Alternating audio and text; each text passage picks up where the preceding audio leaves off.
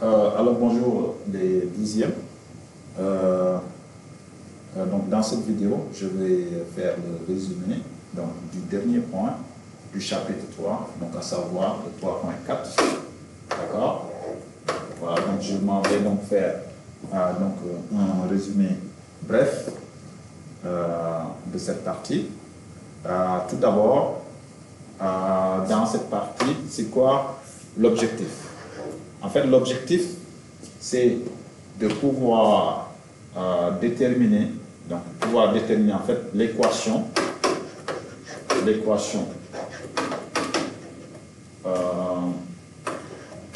fonction à partir de son graphique.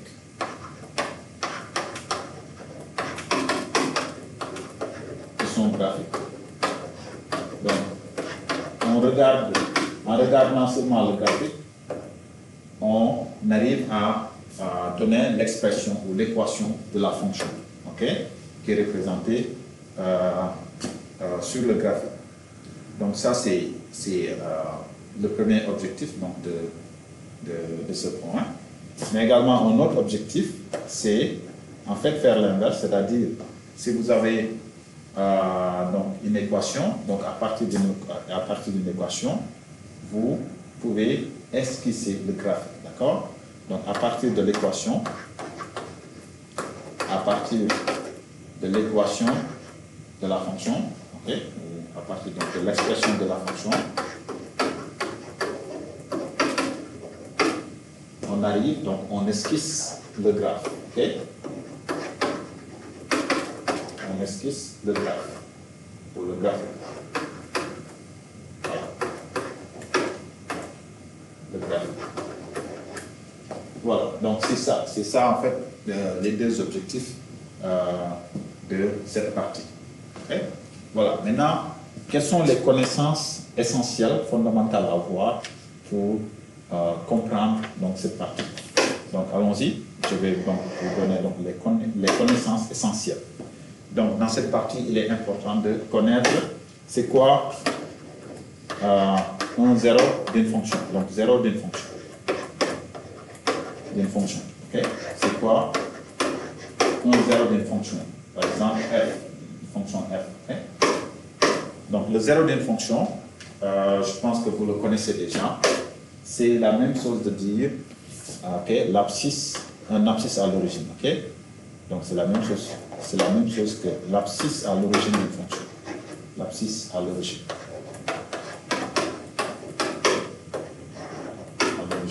Donc d'une fonction, ok, de f. Okay? Donc ici, on suppose qu'on a la fonction f. Okay? Donc 0 d'une fonction f, c'est la même chose que abscisse à l'origine de f. Mais également, c'est la même chose, okay, de dire que c'est la racine de l'équation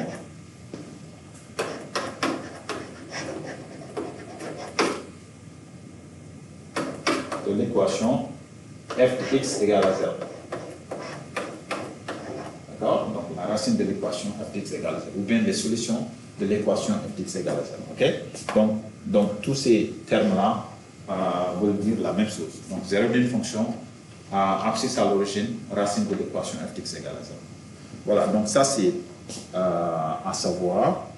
Et une autre chose également qui est importante à savoir dans ce point, c'est la multiplicité d'un zéro. Ok? La multiplicité d'un zéro. Ok? Donc c'est quoi la multiplicité d'un zéro? Donc si vous avez x moins a qui est un facteur, ok? Et facteur est un facteur de la fonction f de x. De la fonction f de x. Okay? Donc si x moins a est un facteur de la fonction f de x, alors donc on sait bien qu'on peut dire que a est un zéro de f. C'est un zéro de la fonction, ok?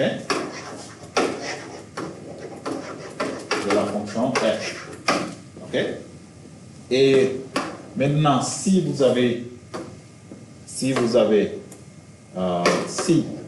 maintenant x moins a se répète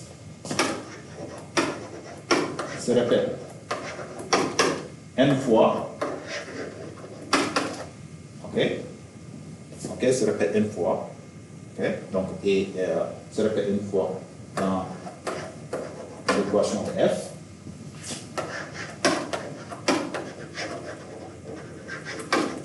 Dans l'expression de f, je veux dire, dans l'expression de f, dans l'expression de f,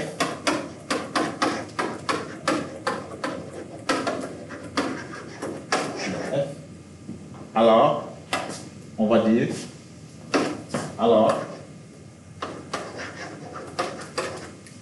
ok, on va dire que la multiplicité, on va dire que a, donc on va dire le 0a, ok, le 0a, ok, donc on va dire que la multiplicité, on va dire que la multiplicité du 0a est égale à m, est égale à m, ok. Donc un exemple, si par exemple vous avez que f de x égale à x moins 2 à la puissance 3 de x moins plus 1, d'accord? Donc là, on va dire donc 2 a pour multiplicité. Donc là, ici, les deux zéros, donc les deux zéros c'est 2, donc 2 et moins 1 sont des zéros, ok? Sont des zéros de la fonction f. Sont des zéros de f, d'accord? Et puis on va dire donc 2 a pour multiplicité 3, a pour multiplicité 3, et puis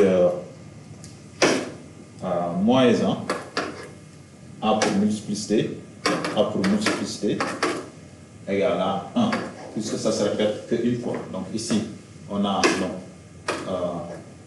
moins le facteur x plus 1 se répète une fois, et le facteur x moins 2 se répète 3 fois. D'accord? Donc la multiplicité de 2 est égale à 3, et la multiplicité de moins 1 est égale à 1.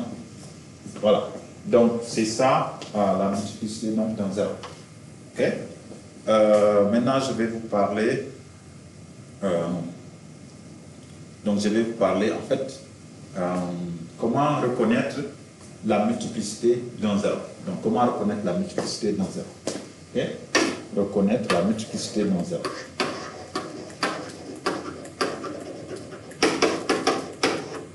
Ok? La multiplicité d'un 0. La multiplicité d'un 0. Ok? Voilà. Donc allons-y. Donc si vous avez par exemple, donc je vais donner par exemple 3 cas. Voilà, donc supposons qu'on a un 0 ici. Donc ça c'est un 0. D'accord? Si donc la fonction elle fait ça, donc elle fait ça. Ok? Donc si la fonction elle fait à peu près ça. Ou bien, supposons qu'on a un 0 ici et que la fonction fait ça. D'accord? Et supposons que là, on a un 0 et la fonction, elle fait à peu près un truc comme ça. Voilà. Okay? Donc là, ça c'est 1, ça c'est 2, et ça c'est 3. Donc si la fonction, elle coupe l'axe des x donc au 0 de la fonction, ok, en la traversant, ok, et si donc ça traverse donc l'axe des abscisses en passant par le 0, et que ça a l'air d'une droite, alors la multiplicité est égale à 1. Donc ici la multiplicité de ce 0 est égale à 1 et 1, d'accord? Voilà, et 1. Maintenant, si ça traverse, donc si ça touche l'axe des x au 0, et tout en ne traversant pas, donc si ça ne traverse pas, donc ça coupe, mais ça ne traverse pas, alors on va dire donc que la multiplicité, est paire. On va dire que la multiplicité est paire, ok? Est paire. Maintenant, si ça ressemble à la fonction f de x, maintenant si la courbe ressemble à la fonction f de x, si ça ressemble à la fonction f de x égale x carré, donc on va dire que la multiplicité est égale à 2. Ok, donc la multiplicité est égale à 2 et 2, d'accord? Comme par exemple ici, on voit bien que ça ressemble un peu à la fonction f de x égale à x au carré, d'accord? Donc là, on va dire donc le 0 a une multiplicité égale à 2, ok? Maintenant, regardons maintenant le troisième exemple, ok? Ok, regardons ce troisième exemple. Donc si la fonction, elle passe par le 0, ok, coupe l'axe des abscisses en le traversant, et que la forme est donnée donc par un truc qui ressemble à ça, d'accord? C'est-à-dire quand ça s'approche en passant par le 0, donc la fonction elle se rapproche vraiment de 0, ok? Alors, donc là on va dire que la multiplicité est égale à 3, ok? Donc multiplicité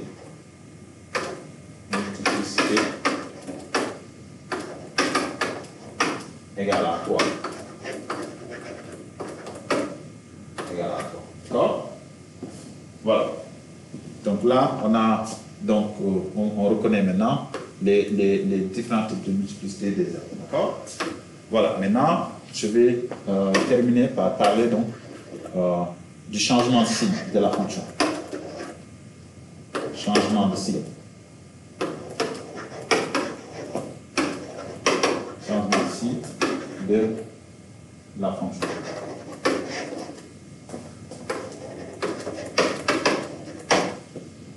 Voilà. En fait, si la multiplicité est paire, donc par exemple ça fait ça, donc si la multiplicité est paire, ok, donc la fonction elle fait un truc comme ça, d'accord, si la multiplicité est paire, donc ça veut dire que c'est 2, ou bien 4, ou bien 6, ok, donc ça fait un truc comme ça, d'accord, alors la fonction ne change pas de signe, ok, donc là, la fonction ne change pas de signe. Ne change pas de signe. Ne change pas de signe. D'accord? C'est-à-dire donc la fonction elle est soit positive, ok? Elle est soit positive, ou bien elle est soit négative. D'accord? Comme par exemple, ça fait quelque chose qui va faire ça. D'accord? Donc la fonction ne change pas de signe. Donc elle est soit positive, soit négative. Ok? Et puis maintenant, enfin, si la multiplicité est impaire, alors la fonction est sans disque, d'accord? Donc si la fonction elle fait ça, ou bien si la fonction elle fait donc ça, alors la fonction change de signe. Donc la fonction change de signe. Voilà, très bien. Donc c'est ça que je voulais vous expliquer donc, dans cette partie. Et c'est ça